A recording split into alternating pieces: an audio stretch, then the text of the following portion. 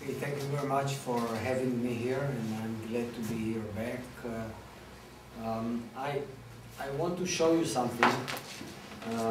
For those of you who are capable of seeing it, this is a clock. It looks like a clock. It is a clock. It's an electrical clock. Okay, and the letters are in Farsi.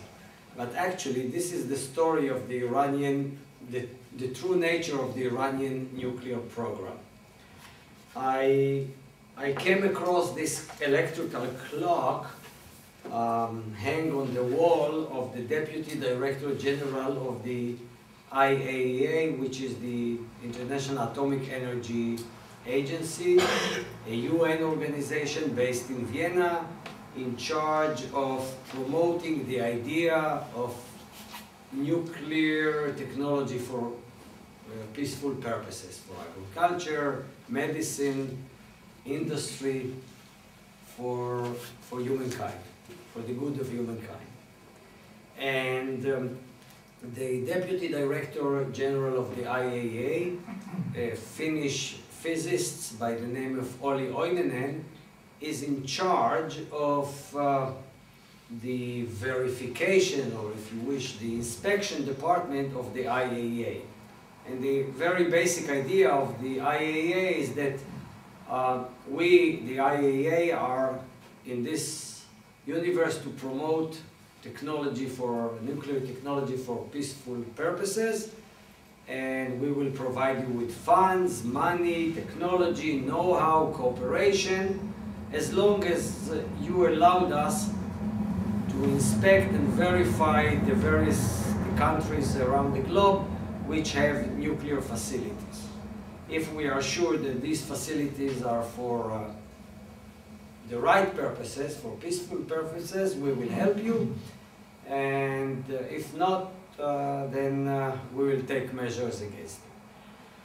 So in 2003, in March 2003, a delegation of IAEA led by Olli Oinonen went to Tehran. They had already information that the Iranians were not telling the truth. The very basic constitution of the IAEA is that countries that want to be members of the IAEA, and most countries of the world are members of the IAEA, that those who are members, they would report back to IAEA about their nuclear activities, facilities, materials, technology, and the IAEA would take their word. Only if information comes to the IAEA from whatever sources, open sources or covered sources, then that something is going wrong in a particular country, then they would ask the country, and it's part of the agreement, that they can check and search and inspect it. So the delegation had an information that something was going wrong in Iran. They got information from various intelligence sources and organizations, the CIA, the Israeli Mossad, I assume also the German BND, the British and other organizations, that the Iranians actually are not reporting as they are obliged by the international agreements and by their agreement with IAEA about their nuclear activity. So the delegation went to Tehran, met with their Iranian colleagues, counterparts from the Iranian Atomic Energy Organization, and since they had a very concrete information about a particular address in the suburbs of Tehran, they asked to go to that particular place. So the Iranians tried to delay them, ask them, why do you want to go there? There is nothing there. But they insisted, and they took them there to that address. When they came there, what they saw was a few buildings. It was a factory or a workshop. They saw a few buildings, and the windows were very, very filthy. They couldn't see through the windows, but they barely saw through the windows. The holes in these buildings were filled up with boxes, carton boxes. They asked to go inside, and the Iranians said, "Oh, we don't have the key. The guy with the key is now abroad," and they didn't allow them to go inside. They went back to the hotel, they talked to the Iranian counterparts, and went back to Vienna. 3 weeks later, once again, they decided that they want to visit the place, and the Iranians allowed them. And there was a miracle. They went to the place, and all the buildings were new, painted, even, which was something very, very unusual for Iran. Even when they went to the toilets, the electricity came up without even touching the, the buttons. It was really renovated. Everything was new, modern, and the IAA inspectors in Oli Oinenen told themselves, what a miracle. In 3 weeks, suddenly out of the blue, this place, which was filthy, dirty, empty with boxes, suddenly is a workshop. So they asked them, what do you have here? And the Iranians said, this is electrical factory. And indeed, in the attics, there were boxes and boxes of nice, very nice clocks. So Oli Oinenen asked them, can we have this? Can I buy this clock? And the Iranians said, oh no, you don't have to buy it. We'll give it to you free. It's our gift, you are our guest. He insisted, and he paid for it, and it's hanging on his wall. Now, this place that they visited actually was called the Kalaya Electrical Workshop, was the place where the Iranians were manufacturing and producing centrifuges. They were producing these centrifuges based on drawings, on plans that they bought from the Pakistanis, secretly, without declaring, without reporting to the IAEA. From the famous network, smuggling network of Dr. Abdul Qadir Khan, who was and still is considered in Pakistan to be the father of the Pakistani atomic bomb, and he went into retirement, and then after decided that what he did to his country he would do now to his own fortune. And he was traveling in the Middle East like a salesman and going to various countries in the Middle East and telling them, look, I know how to produce a nuclear bomb. Do you want one? And he went to Egypt, he went to Syria, he went to Saudi Arabia, and all these countries said, no, thank you. But the Iranians said, yes, please. And he was selling them his know-how and his technology and his drawings. And based on these drawings of how to produce centrifuges, the Iranians started producing them in this workshop, which suddenly turned into electrical clock factory. This is a typical classical example of the Iranian nuclear program. They have been doing it for 18 years secretly, without reporting as they are supposed to do to the IAEA. And once they were confronted with the information that actually they are breaching, violating their obligations, their international commitments, their agreements with IAEA, they were first saying, no, there is no such a thing. They were lying and denying. And then when they were confronted with more information, they were saying, oh yes, but this is not what you think it is. This is not a workshop for centrifuges. This is a factory for clocks. And I can describe to you place by place over the last decade in which they were doing the same thing. There is another story. This is the story of the centrifuges. They produced the centrifuges in that Kalaya workshop, and then they moved them to Natanz, when now they are enriching uranium. But first, when they were confronted with the information that they were building a factory in Natanz, which is 250 kilometers south of Tehran, they were saying, no, such a place doesn't exist. I mean, Natanz exists, but there is no factory there. No, there is no plant for enriching uranium there. So they were shown satellite imagery, which the IAEA received either from some intelligence organizations or even from commercial satellites. You know that there are 8 countries in the world which are selling, have satellites in space, and they are selling commercial imagery, photos. Anyone can buy it. So they were showing, what is this? It looks like a factory, like a kind of a chemical factory, so it must be a factory. So the Iranians said, oh, well, maybe, and this is the pattern. No, denial, maybe, but it's not what you think it is. And then they said, okay, yes, it is a factory. This is a chemical plant. Yes, this is a plant for enriching uranium, but it is not what you think it is. It's not linked to our nuclear program. And I can go on and tell you story after a story. The most amazing story is a laptop, the story of a laptop.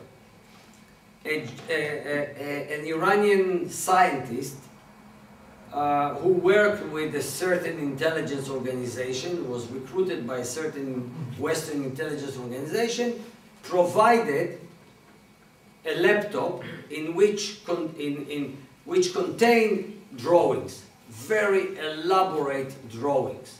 And it gave it to his controllers. It was brought here to Germany in 2004, given to the BND. They looked at it, evaluated it, were not sure about the drawings, what is the real nature of the drawings. So it was sent to the CIA, who sent it to the laboratories in Los Alamos, famous laboratories, and to Livermore laboratories near San Francisco, which are the major 2 national nuclear laboratories of the US government. And they reached the conclusion that what the laptop contained was drawings of how to test a nuclear explosion. The drawings were in Farsi. So when, after a year and something, when this information was eventually reaching IAEA, the IAEA inspection team led by Oli Oydenen went to the Iranians and showed them. They said, oh no, there is no such a thing as a laptop coming out of Iran. So the inspection said, but here it is. They said, well, this is a fabrication. It's not ours. This has been fabricated by the Mossad, by the CIA, by the Germans, by the British. The Iranians believe that the whole world is against them, so they are victims, and it was fabricated. Okay, fabricated, but eventually they were confronted with more information. They said, okay, so maybe the drawings are genuine, authentic, but it has nothing to do with nuclear. Had it been in nuclear drawings related to a nuclear explosion and test, it wouldn't be in Farsi. It would have been in Urdu or in Korean, because the North Koreans were also helping the Iranians. So now they are saying, yes, we bought something from Pakistan. 2 years ago they said nothing. We have no connection with the Pakistanis. Eventually they said, okay, maybe it's in Farsi, maybe it's authentic, but it has nothing to do with nuclear. It is a test for a missile vehicle. You know, when you send a 3-stage missile into orbit, into space, it has several parts, so there is a re-entry vehicle.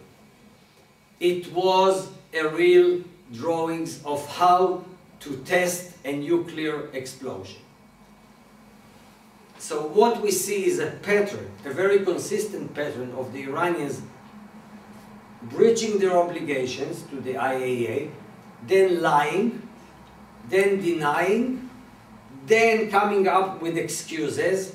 And you know, like in our daily life, when we lie and we don't want to admit something, then we have to cover the lie with another lie and another lie. And we have layers of lies, which all together, eventually we are entangled in a web of lies, and we don't know how we started, and we are telling lies after lies after lies, and all these lies are making it quite certain that actually the truth is coming out. And that's how the Iranian nuclear program more or less was revealed. That for 18 years the IAEA and the international community didn't think that the Iranians were doing, they were building facilities and buying and purchasing material and equipment for a nuclear program. It started with the Shah, but then there was the Islamic Revolution, and the Islamic Revolution had other things in mind to be bothered with, to cement the Islamic Revolution from 79 and on in Iran. Then they had this terrible war with Iraq, which was, we have to admit, it was initiated by Saddam Hussein and Iraq, who believed that Iran would be weak, and it's after a revolution, and the army was broken, Iranian army was broken, so he believed that he would just walk like a day walk and take over Iran. So they were busy with the war, they were busy with cementing the revolution, but at a certain stage, around 85, while the war was still going on, they decided also to rebuild their nuclear program, which began with the Shah. Now, under the Shah, everyone in the world was ready to support the Iranians, because the Shah was an ally of the West, of America, of Germany, German companies, Siemens, French companies, American companies were just ready to build the Shah and Iran with nuclear facilities, because they thought, this guy is ours, he's our ally, maybe he's a bastard, but he's our bastard, and we would handle him.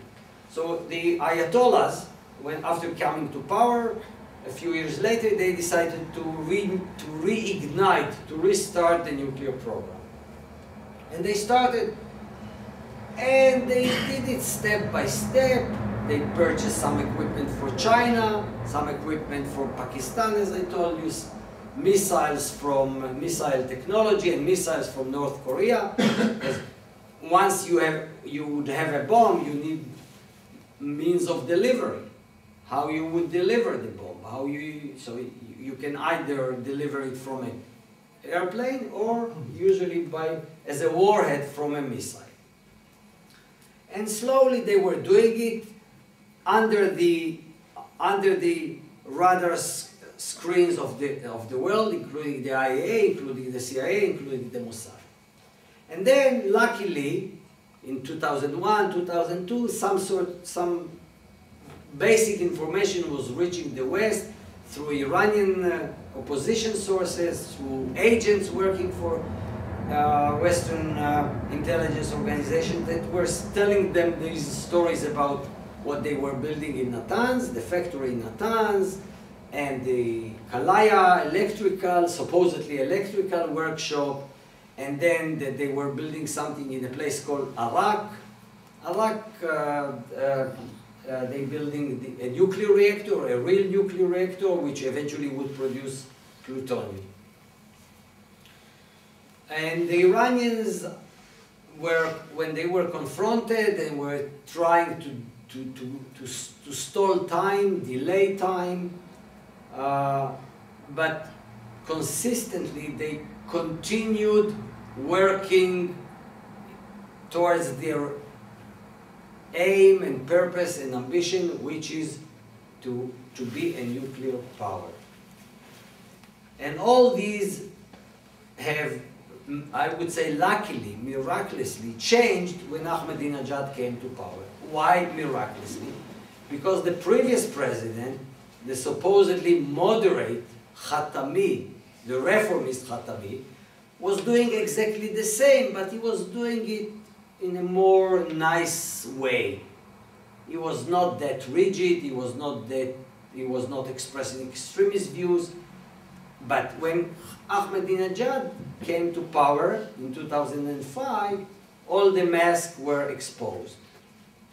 What Khatami was doing secretly, but didn't say it, Ahmadinejad continued doing it secretly, but also was speaking up his mind, was expressing it openly. And now, almost 4 years after he came to power, we are almost in 2009, we are on the verge of a very dramatic, historic event. Iran is very close to have the material enriched uranium, or although it is low enriched uranium, but they can turn it quickly into highly enriched uranium. They have the material, they have the equipment, they have the know-how, they have the technology to produce their first nuclear bomb or device. Now, there are a lot of experts who argue when this, some people in Israel, a few years ago, the Israeli intelligence called it the point of no return. When the Iranians would reach this point of no return. Later on, the Israeli intelligence changed the term into technological threshold. When they will cross this technological line. So there are a lot of arguments about this question, there are several answers, but it is agreed that the Israeli intelligence, you may say, and the state of Israel, you may say, is very alarmist, and rightly so, because we are the first to be suffering from nuclear Iran. We are at the receiving end of Iran's threats, of Ahmadinejad's talk about the need to erase Israel from the map of the world, that the Jews should go to other places, that Israel doesn't have the right to exist. So being on the receiving end, it's quite natural that Israel is more alarmist than, let's say, Germany. But the Israeli estimate is that next year, by the end of next year, maybe in 2010, at latest, Iran would have all these components together, and they will be able, they would have the material, the equipment, the know-how, the technology to produce their first nuclear bomb. The CIA believes that maybe it would be later, maybe in 2012, 2013, maybe even 2015, 6 years from now. The German BND research department thinks that it would be somewhere in between, maybe 2012, 2013. But we are very, very close to that point, to this technological threshold or the point of no return. Now, what can be done about it? You may say, so what? So Iran would have the bomb. There are several countries in the world which do have the bomb. First of all, 5 of these countries are legitimately recognized by the international community as having the right to have the bomb. This is the Soviet Union, or now Russia, United States, France, China, and the UK. It is part of the UN acceptance. These are the 5 permanent members of the UN Security Council, those who have the veto powers. Then you have 2 other countries which openly, eventually, after secretly developing the bomb, after a few more years, openly, officially declared that they have the bomb. This is India and Pakistan. Then you have Israel, which has the bomb, but never admitted it, and has applied a policy which is known as ambiguous policy. It was defined already in '63. In the words of Shimon Peres, then he was a young deputy Minister of Defense. In a meeting with President Kennedy, he said Israel would not be the first country to introduce nuclear weapons into the Middle East, because he was pressed by Kennedy to give an answer whether we have the bomb or not. So he evaded it, he avoided the answer, the question, by saying we would not be the first one to introduce or to declare that we have the bomb in the Middle East. Then you have North Korea, which is playing kind of a cat and mouse game with its neighbors, South Korea, Japan, China, Russia, and America. They have the bomb, they don't have the bomb, they produce plutonium, they decided they would stop producing plutonium in return for economic, financial and economic help.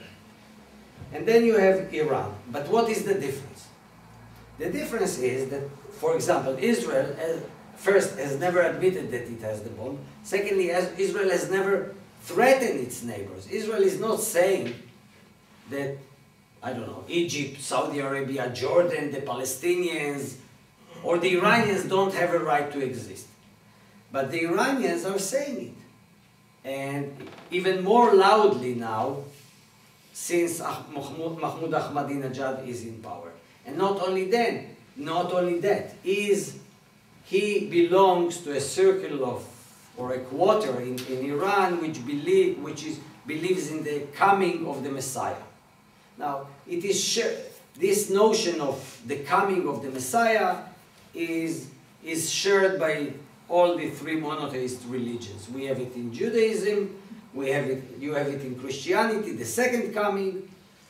Doesn't matter how you call it, how you define, but it's more or less the same pattern. The coming of the Messiah, which would bring whatever on our earth, and peace and prosperity and stability, and would change the world. However, in the Shiite tradition, as it is in other traditions as well, this idea sometimes is based on another notion. The Messiah would come only after a colossal calamity, Armageddon, Gog and Magog in Jewish Hebrew tradition. And the same is in the Shiite tradition. So, and Ahmadinejad, this is the president of the state. This is not a renegade, an isolated priest or Ayatollah. This is the mainstream. This is the president of the country. And he believes in the coming of the Messiah. And if you believe in the coming of the Messiah, it means that he would come only after a major war, a huge war. Now, you have the president who believes in the Messiah after a major calamity, disaster, war, and he is the president who believes that Iran should have a nuclear bomb, which maybe can help him, can help Iran to enhance the coming of the Messiah, to help the Messiah to come. So, what shall I tell you? I would hesitate to be in a neighborhood in which you have a country which having the nuclear bomb, and to trust that country and its leadership that maybe they'll use it, maybe they will not. I don't want to be at the mercy of President Mahmoud Ahmadinejad and his likes, that maybe they'll have the bomb and they will not use it. Now, what is the time frame? We said 2009, 2010, maybe 2012. What can be done about it? Now, there are several possibilities. One, we have to look at certain events which are very near. In February, In January, Barack Obama is going to is moving into the White House. Is going to be sworn as the president. In February, we are having elections in Israel. In May, there are elections in Iran for presidency. Iran is in despair as a country, as a nation. They have a huge economic crisis, despite their revenues from oil. Iran is one of the poorest. It's hard to believe, but Iran is one of the poorest countries in the world. They have one of the largest number of drug addicts, of prostitution. Their official inflation is 25%, but it's probably 50 or 60. They have a huge rate of unemployment.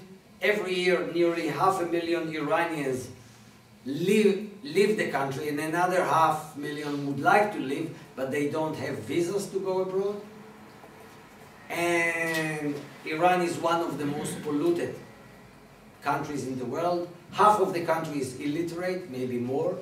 They don't have electricity in 60–70% of Iran, in the rural areas. So what you hear is the boosting of the president. We are strong, we are a power, but Iran is not that strong. And the Iranians, with their birth rate, which is very, very high, with a population of 70 million people, lives in a very desperate situation. People are very unhappy, and especially about Ahmadinejad, who came in 2005 as a president with the promise that he would repair the economy. He said it in his own words: "I would put Iranian oil on every Iranian table or family." In other words, every family of Iran would enjoy the benefits of us being a major oil producer. We have a lot of revenues, but since he came to power, the situation is even worse. And I didn't mention the problems of housing and the problems of subsidies that were cut, and many, many other problems. So maybe Mahmoud Ahmadinejad will not be elected as a president. It depends on the true ruler of Iran, which is the supreme leader or the spiritual leader. Iran is a theocracy. Don't forget it. It's a theocracy. It's not democracy. They have democratic elections, they have democratic processes, but when there is a contradiction between religion and state, between law, religious law and civil law, then the religion has the upper end. And the leader, by constitution of Iran, is the supreme leader, Ali Khamenei, who succeeded Khomeini.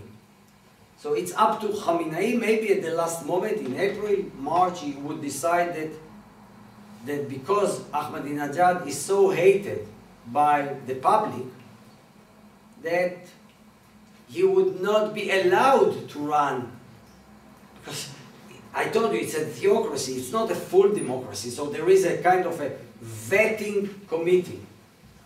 It's a council of sages, of elderly ayatollahs who decide who can run for elected offices and who cannot run.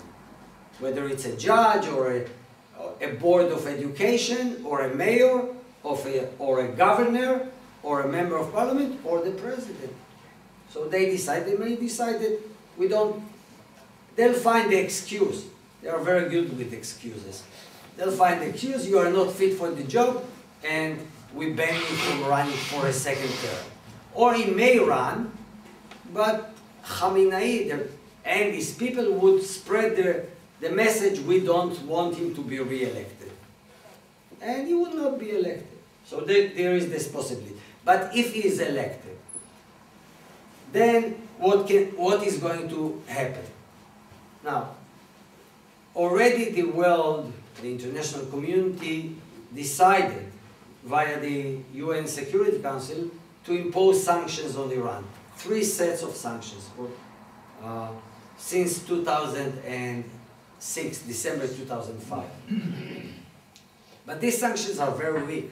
They are targeting 50 individuals in Iran, military commanders, people who are involved in the nuclear program, people who are involved in the missile program, and companies which are involved in these 2 programs, the missile and the nuclear program.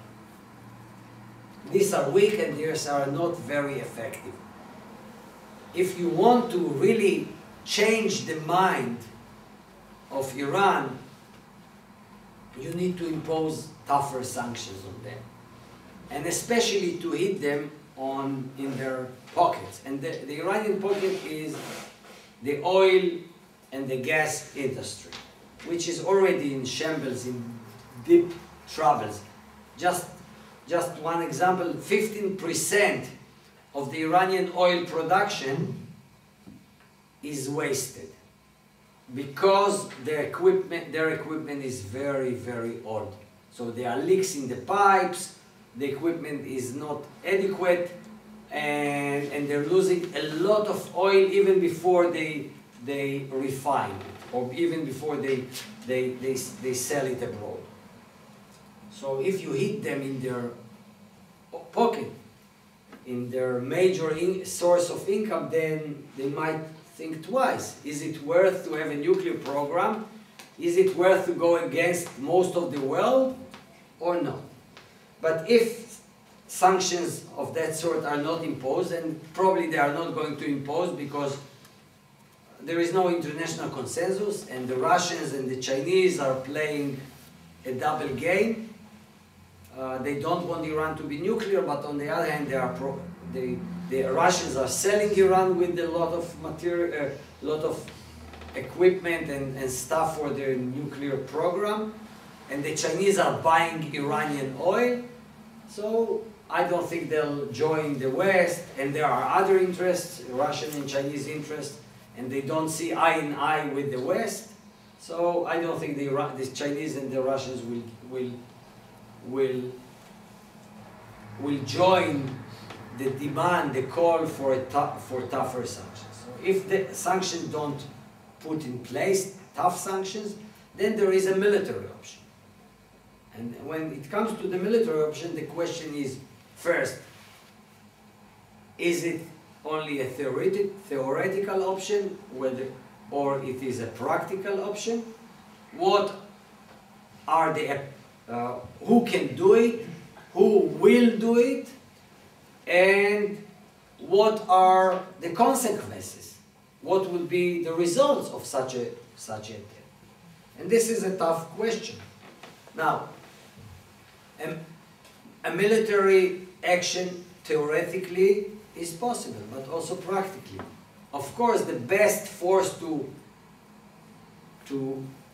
execute a military strike against Iran's nuclear facilities is the United States.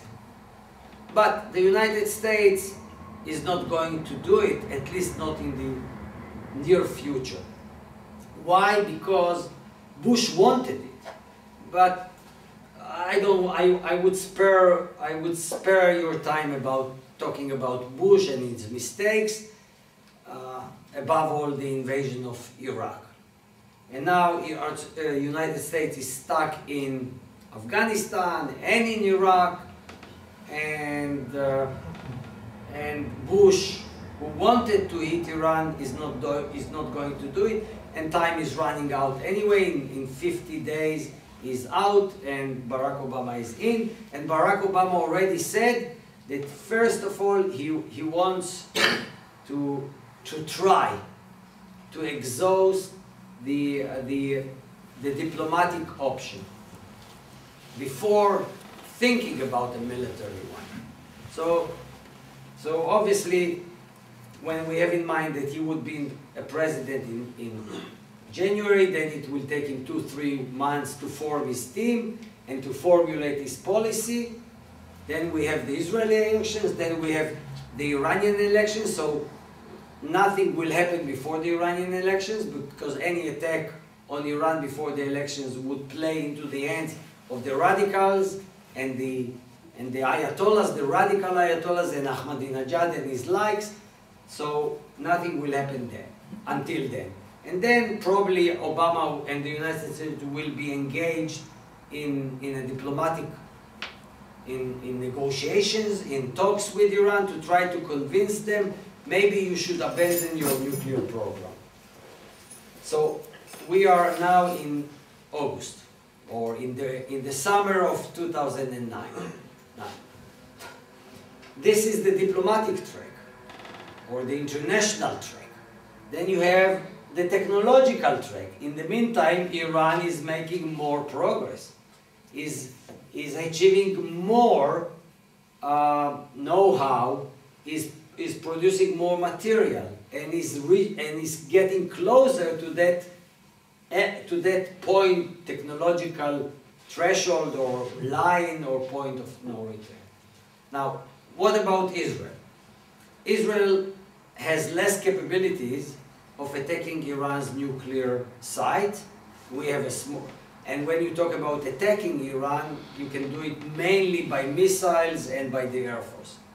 Whether it's America or even Germany, no one would send forces there. So it would be by the Air Force and missiles.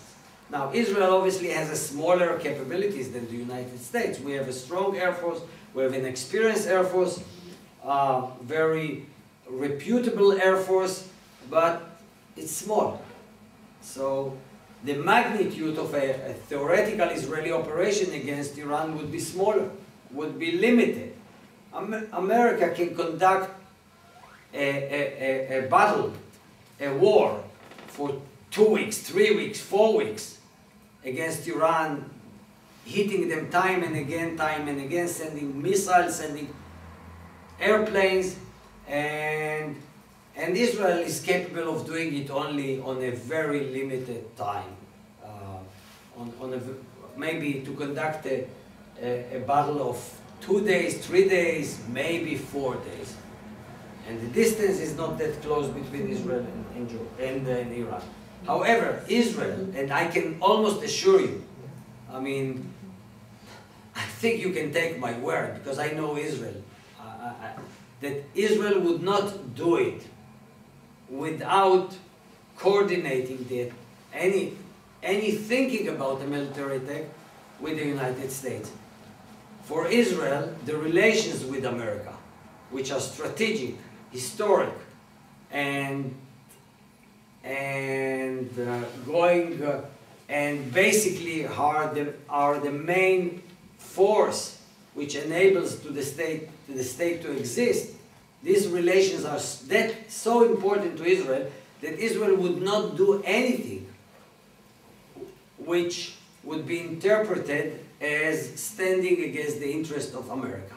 And therefore, maybe some of you read in the last few weeks that in the twilight times between the change of the administrations, in other words, nowadays, maybe in November, after the US election, maybe in December, maybe in January, before Barack Obama moves into the White House, Israel would take this opportunity when it is a twilight time. There is some sort of a paralysis in America that would take advantage of that situation and would attack Iran.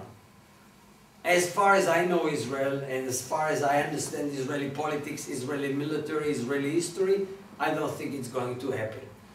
So the number one Israeli imperative is that the relations with America are so important that they are more important than anything else, even the danger that Iran would eventually become nuclear. So Israel would not attack or would not think about attacking Iran without feeling, at least, that it's okay with America. It doesn't mean, you know, in international politics that America would tell Israel, that's okay, that's fine. You can understand body language, you can understand between the lines, there are tacit understandings between nations that it's okay. We look the other side. Don't tell us. Don't tell us, but it's okay. And it happened before. So I don't see any military attack in the next year. By the end of that year, by the end of 2009, everything can happen. As I told you, these two tracks, channels, the technological channel and the political, diplomatic, international channel are going to converge, and then anything is possible. Obama may do it. If he reaches the conclusion that talking to the Iranians is a waste of time. And indeed, it would probably be a waste of time. Iranians are not going to, I think, to surrender. But on the other hand, there might be a change in the Iranian thinking, especially if Ahmadinejad is not elected. Now, finally, I still believe that the option of sanctions, even if they are not imposed by the international community, only by individual states, is still a very useful tool to try to influence the process in Iran. And here it comes to Germany. Germany, I would say, is conducting a dual policy. On one hand, officially, and not only officially, diplomatically, the government is a strong opponent of Iran and its nuclear program. This government has joined all the major decisions by the UN and by other bodies against Iran's nuclear program, and imposed and joined the sanctions against Iran. But these are weak sanctions. On the other hand, the government is kind of turning a blind eye and allowing a lot of German corporations and a lot of German companies and a lot of German businessmen to do business with Iran. I believe that most of them are not selling to the Iranian nuclear program, because that would be illegal. And if there are some elements here and there, they are going to be chased, arrested, prosecuted by the German authorities if they get them. But by allowing tremendous number of German companies to do business with Iran, even not in the nuclear field, even not in the missile field, but let's say the energy field, you contribute to the strengthening of the regime.